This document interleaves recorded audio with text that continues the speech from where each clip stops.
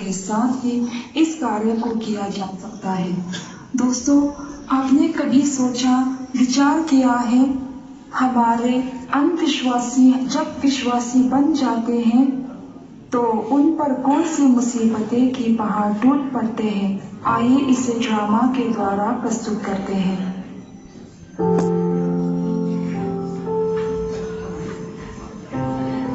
मिस्त्री और 2 हेल्पर बड़े आनंद के साथ काम कर रहे थे।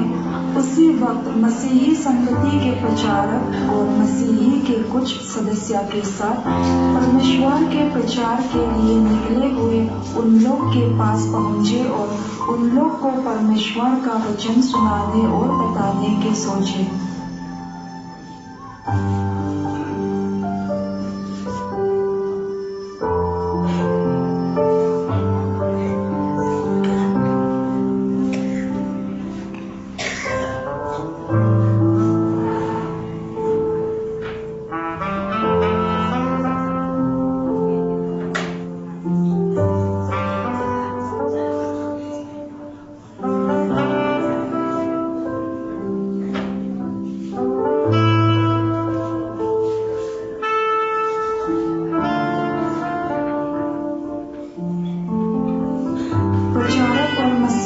सदस्य ने परमेश्वर के वचन सुनाने के बाद बड़ी उदास के साथ उन लोगों से बिछड़ ही रहे थे। तब अचानक एक व्यक्ति ने उनसे कहा कि मैं और भी परमेश्वर का वचन जानना और सुनना चाहता हूँ।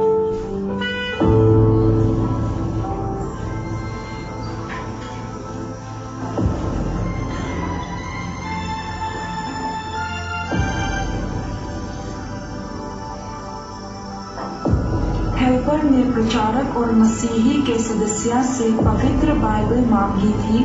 उसे निकालकर पढ़ने लगा। पवित्र बाइबल में लिखी गई पवित्र वचन को समझना और उसे ग्रहण करने के लिए प्रचारक के घर की ओर चल पड़ा।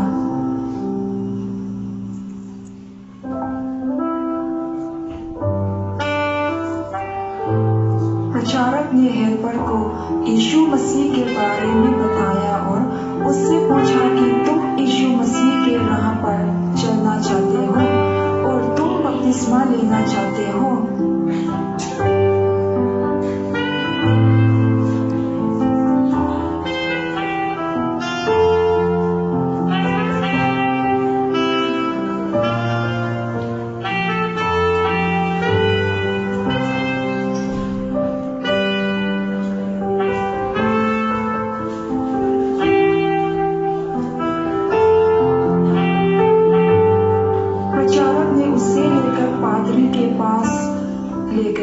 और उसने पादरी को उस हेल्पर के बारे में बताया गया और पादरी ने उस हेल्पर को बपतिस्मा दे दिया।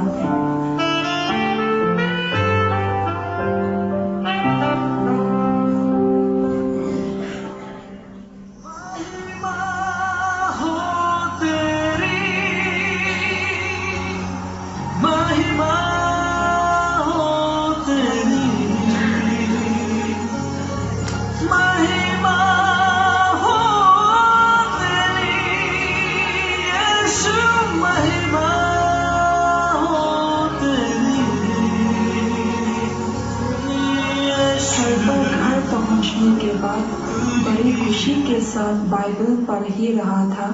उस समय अचानक हेड मिस्त्री घर पहुंचा।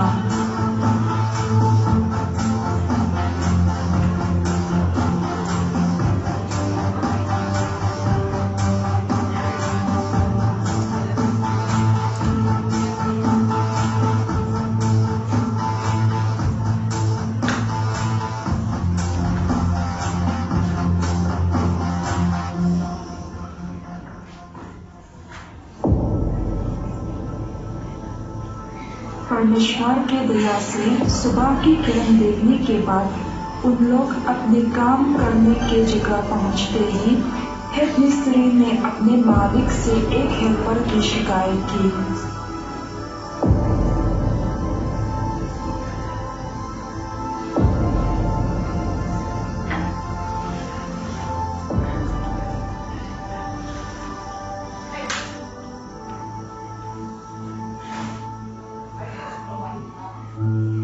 उनके मालिक ने हेल्पर को अपने काम से निकाल दिया।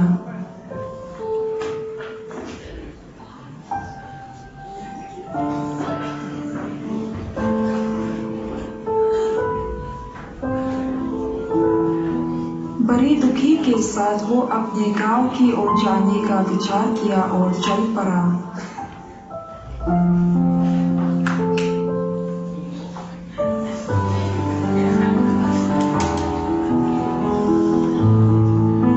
उनके माता-पिता जाने के बाद वो पवित्र बाइबल पढ़ रहा था। उस समय उसके छोटी बेटी अचानक उनके पास पहुंचा।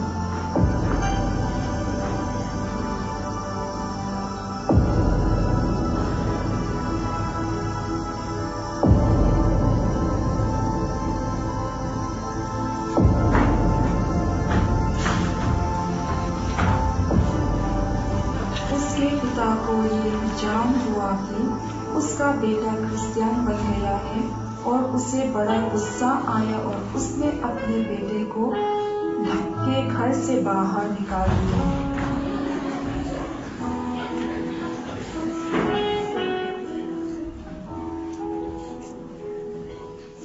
हेल्पर बेचारा भी बाइबल पढ़कर प्रार्थना करने लगा। प्रार्थना करते वक्त उसके पास स्वर्गदूत पहुंचे।